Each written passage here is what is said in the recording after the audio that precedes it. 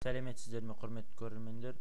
Естеріңізде болса, біз өткен сабақта бейне сабақтар ucos.com сайтын ашқан болатынбыз. Енді осы ucos'да жаңа ашылған сайтпен жұмыстың бастамаларын үйренеміз. Ол үшін бірінші сайтты басқару панеліне кіреміз. Ол үшін өзіміз білетіндей сайттың аты, одан кейін сайттың атына админ деген сөзді қосып жазамыз. Сайттың басқару панеліне кірейік.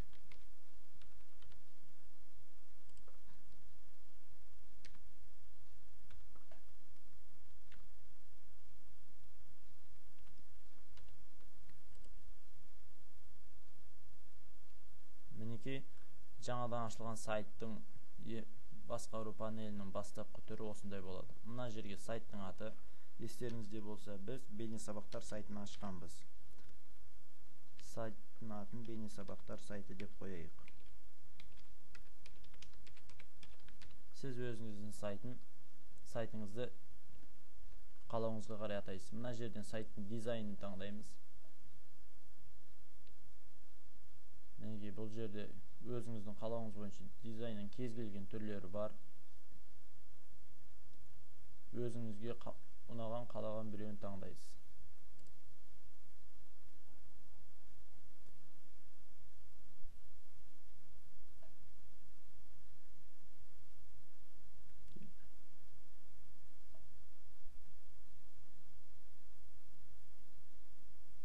Мысал үшін мына дизайнды таңдайық. Окей дейміз. Мына жерде язык сайта, сайттың тілі русский болып тұра берсін, себебі қазақ тілі әлі ucos сайттарына енгізілмеген. Продолжить. Бұл жерде сайтқа керекті модульдар сізге не керек? Редактор страниц, бұл сайттағы беттер. Форум әзірге біздің сайтқа қажет емес. Өзіңіз қалаған неңізді қоя аласыз. Бірақ біз қазір бәрін қойып шығайық, себебі бізге керек болып қалуы мүмкін. Егер кейін сайтты өзгерту барысында бұларды алып тастасаңыздар да болады. Продолжить.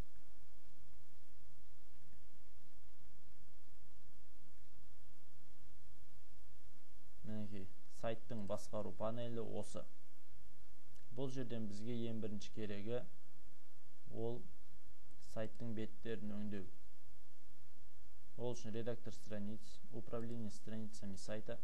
Осы жерде сайттың беттері. Сайт жаңадан ашқанда қалыпталған түрде 3 бет ашылады. Біз енді осы беттерді өңдеуге кірісек. Бұл жерге главная страница деген жерге сайттың бастапқы беті.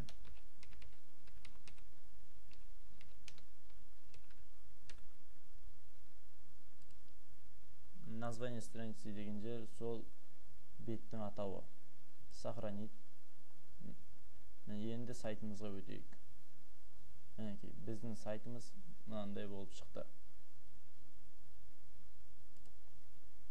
Мынау біздің сайтымыздағы беттер.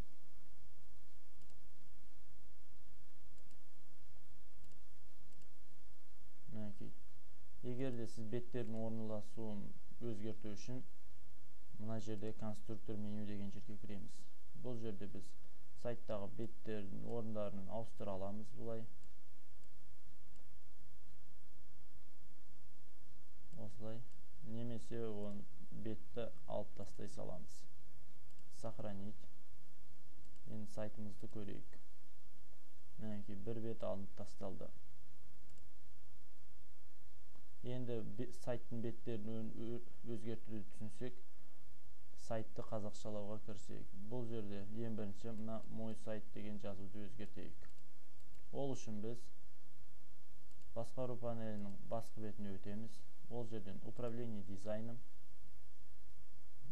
верхняя часть сайта, бұл сайттың жоғарғы жағы. Осы жерге бізге керегі мой сайт жазуы. Ол мына жазу. Бұл жерге сайттың атын жазасыз.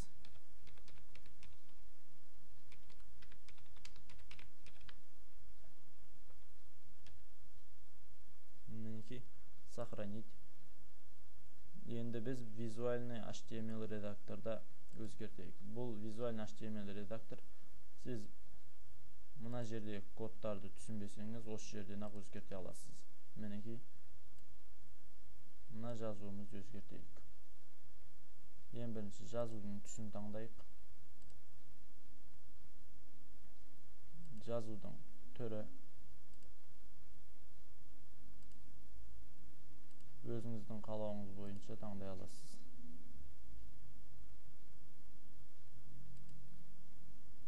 Немесе бұлай. Енді көрейік. Сақтау және сохранить. Сайтты жаңалаймыз. Міне біздің жазуымыз бұлай болып өзгерді. Егер мінекей мына жерден сайттың жазу өлшемі үлкен болып кетті, біз өлшемін өзгертейік. Сақтаймыз, сохранить. Мінекей сайт бейнесабақтар сайты болып өзгерді. Мінекей сайттың атауы осылай өзгертіледі.